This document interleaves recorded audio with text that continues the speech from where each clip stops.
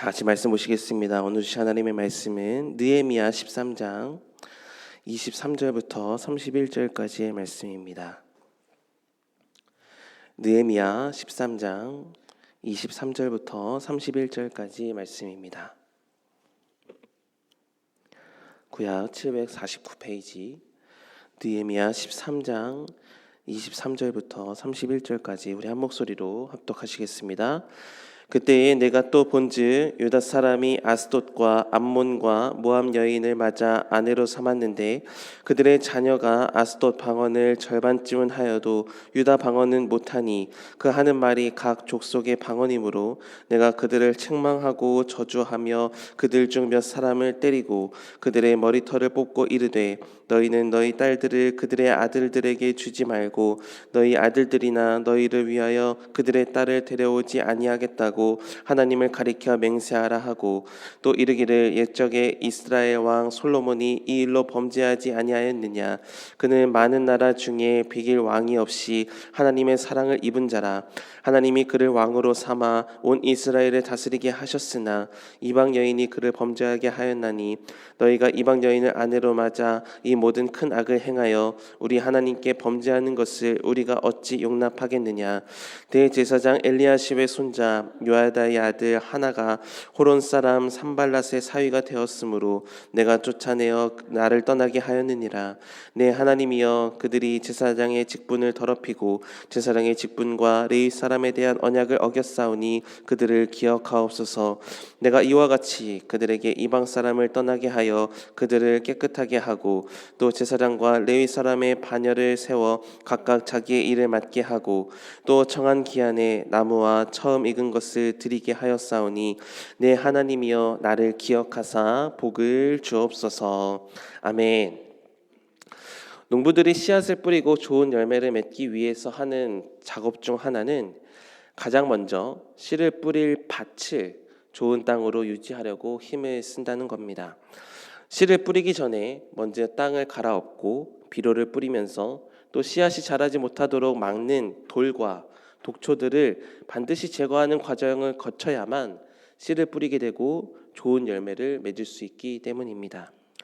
이와 마찬가지로 예수님께서도 누가복음 8장에서 씨 뿌리는 비유로 말씀하셨듯이 우리의 믿음도 늘 옥토와 같은 좋은 땅이 되어야 한다라고 말씀하셨고, 좋은 땅이 되기 위해서는 거룩의 생활을 매일매일 추구하며 살아가야 된다라고 강조하셨습니다.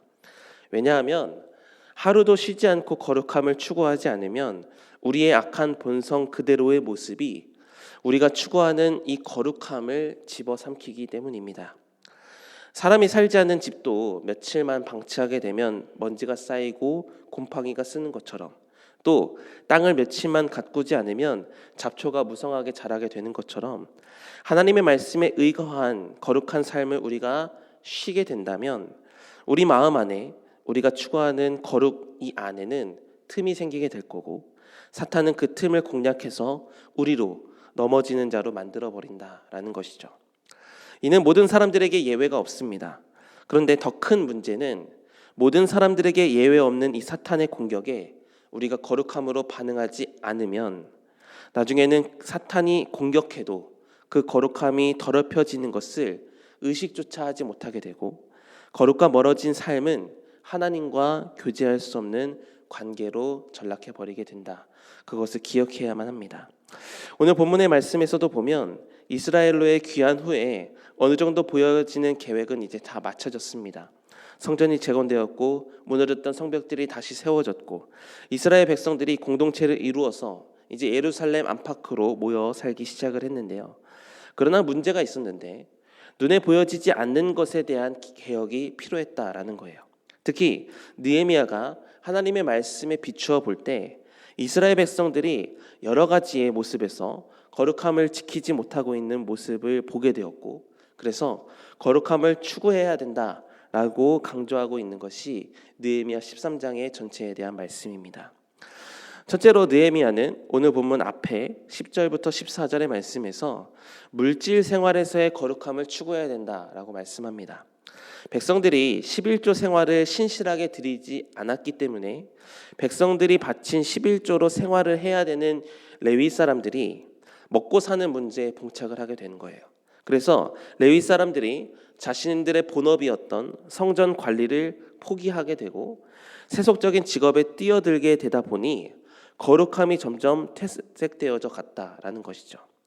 그러므로 물질 생활에서의 거룩함, 내가 가진 재물이 내 것이 아니라 하나님의 것이며 하나님께서 원하시는 용도로 사용하려고 힘쓰되 율법에 기록되어진 대로 정직한 11조 생활을 드려야만 한다라고 느헤미야는 강조하고 있는 것이죠.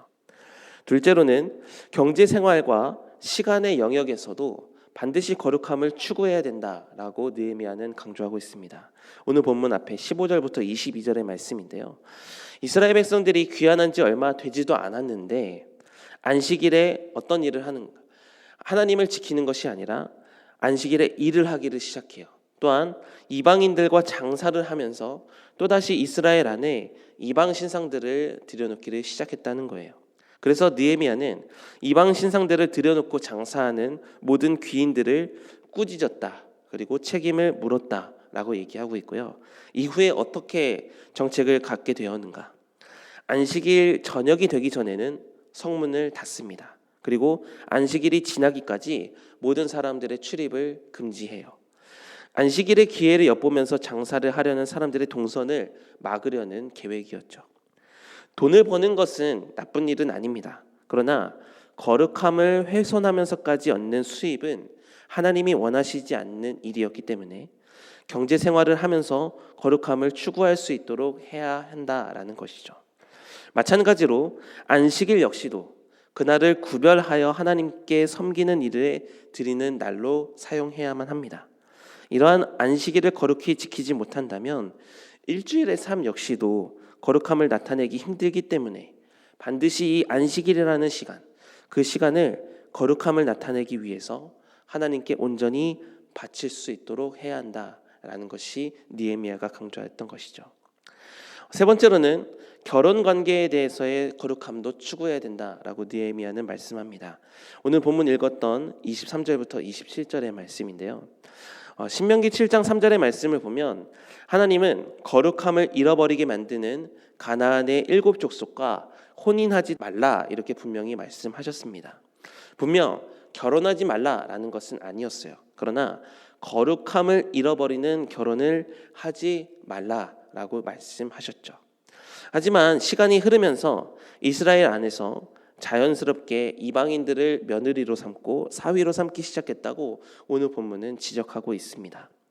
이방 여인과 결혼하여 생기는 문제는 자녀들이 유다 말을 하지 못하고 이방인의 말을 하는 것은 유다의 정체성을 흔드는 것이고, 유다인의 정체성이 뭘까요? 하나님 나라의 백성이라는 것인데, 하나님 나라의 정체성이 흔들리게 되면 이후의 세대들은 하나님을 전혀 알지도 못하는 세대, 하나님과의 거룩함을 생각조차 하지 못하는 어두운 세대로 전락해 버릴 것이기 때문에, 그래서 느헤미야는 총독의 직책을 감당하고 있을 때 25절의 말씀을 보면 그들의 몇 사람을 책망하고 저주하고 심지어 그들 중 몇 사람을 때리고 그들의 머리털을 뽑았다라고 표현을 하고 있어요. 이렇게 과격하게 훈육하며 백성들에게 알리고자 했던 것은 거룩함에 대한 추구였다라는 것이죠. 결혼이 곧 가정의 시작인데 시작부터 거룩함을 잃어버리는 것에 대한 안타까움을 나타내면서 동시에 하나님 나라의 백성답게 거룩함을 지키는 결혼과 그 이후의 가정 생활이 되기를 바랐던 느헤미야의 애타는 심정이 이것에 담겨 있었다라는 것이죠. 우리도 거룩한 가정을 만들기 위해 반드시 힘써야만 합니다. 세상의 거룩함을 잃어버린 채 세상의 흐름대로 살아가는 자들이 이 땅에 너무나 많습니다. 분명 사람을 판단하고 가려내면서 사귀라 이것은 아닙니다. 하지만 사람들을 만날 때마다 우리가 추구하는 거룩함이 드러나서 그들 안에 있는 어둠까지도 이 거룩함이 감싸고 같이 거룩함으로 변화될 수 있기를 바라면서 힘쓰면서 은혜를 구해야 한다라는 것이죠. 또한 여러분의 자녀들에게도 만나는 사람들마다 그리스도인다움을 잃지 않도록 기도하면서 중보해 주셔야만 합니다. 그래야 거룩한 가정, 믿음의 가정, 선으로 악을 이기는 복된 가정이 세워지게 된다라는 것이죠. 거룩한 결혼 생활, 거룩한 가정 생활을 추구하며 살아갈 수 있기를 바랍니다. 마지막 네 번째로 느헤미야가 강조한 거룩은 성직자들의 거룩입니다. 28절부터 31절의 말씀이었는데요. 대제사장 엘리야십의 손자 하나가 대적 산발랏의 사위가 되었다라는 것을 느헤미야는 지적을 해요. 그러면서 그를 제사장직에서 쫓아냅니다. 이렇게 한 이유는 제사장직과 레위 직분의 거룩함을 유지하고자 했기 때문인데요. 특별히 성직을 감당하는 사람들이라면 세속적인 리더십으로 사람들을 인도하는 것이 아니라 거룩함을 추구하면서 하나님께 인도해야만 했죠. 근데 거룩하지 못한 목자가 어떻게 양들을 이끌 수 있겠습니까? 그러므로 목자는 또 성직자는 제사장은 늘 거룩한 삶을 추구해야 된다라는 것이죠. 그러므로 성도는 목회자를 비롯한 장로님들과 교회의 중직들의 영성을 위해서 반드시 기도해 주셔야만 합니다. 또한 교회의 책임을 맡은 자들은 거룩함을 지키기 위해서 힘써야 되고 그 거룩함을 기초로 하여서 성도들을 양육하며 가르치기에 힘써야만 합니다. 그렇다면 이러한 거룩을 우리는 어떻게 지킬 수 있을까? 다른 방법은 없습니다. 하나님께서 거룩함을 지킬 수 있도록 허락하신 하나님의 말씀을 붙들고 살아가야 되는데요. 시편 119편 9절에는 이런 말씀이 있습니다. 청년이 무엇으로 그의 행실을 깨끗하게 하리이까? 주의 말씀만 지킬 따름이니이다. 행실을 깨끗하게 할 수 있는 방법, 행실을 거룩하게 할 수 있는 방법은 주의 말씀만 지키는 것입니다. 그러므로 하나님의 말씀이 없는 마음의 변화와 개혁은 결코 일어날 수 없는 것이고, 말씀으로 인해 우리의 마음이 늘 도전받지 못하면 우리의 마음의 밭은 결코 옥토가 되지 못하게 됩니다. 죄와 더러움이 가득한 황무지가 되어버릴 것이라는 거죠. 그러므로 말씀을 의지하며 말씀을 기대하며 삶을 살아갈 수 있기를 바랍니다. 그리고 말씀을 토대로 기도하면서 삶을 사시기 바랍니다.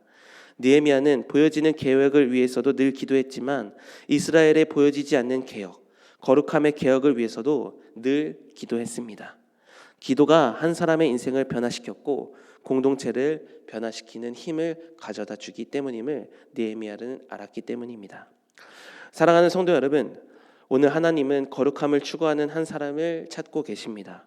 그 거룩함을 추구하는 한 사람이 여러분이 될 수 있기를 바랍니다. 거룩함을 추구하는 그리스도인이 되어 봅시다.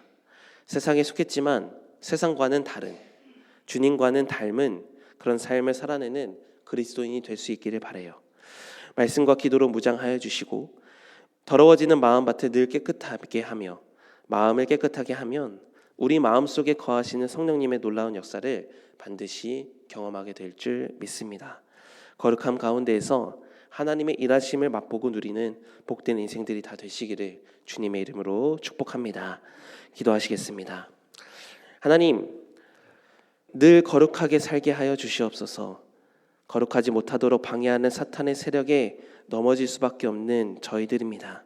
이런 저희를 위해 말씀을 허락하여 주시고 기도할 수 있는 기회를 허락하여 주셨으니 이제 그리스도인답게 말씀과 기도 위에 굳건하게 서서 주님의 거룩한 모습을 닮아가는 사람들이 될 수 있도록 인도하여 주시옵소서. 한 주간의 시작을 주님과 함께 할 수 있음에 감사드립니다. 이번 한 주간도 거룩함을 잃어버리는 어리석은 인생이 아니라 주님 닮아서 거룩함을 유지하고 성령님의 역사를 체험하는 복된 한 사람이 될 수 있도록 인도하여 주시옵소서. 예수님의 이름으로 기도드립니다. 아멘.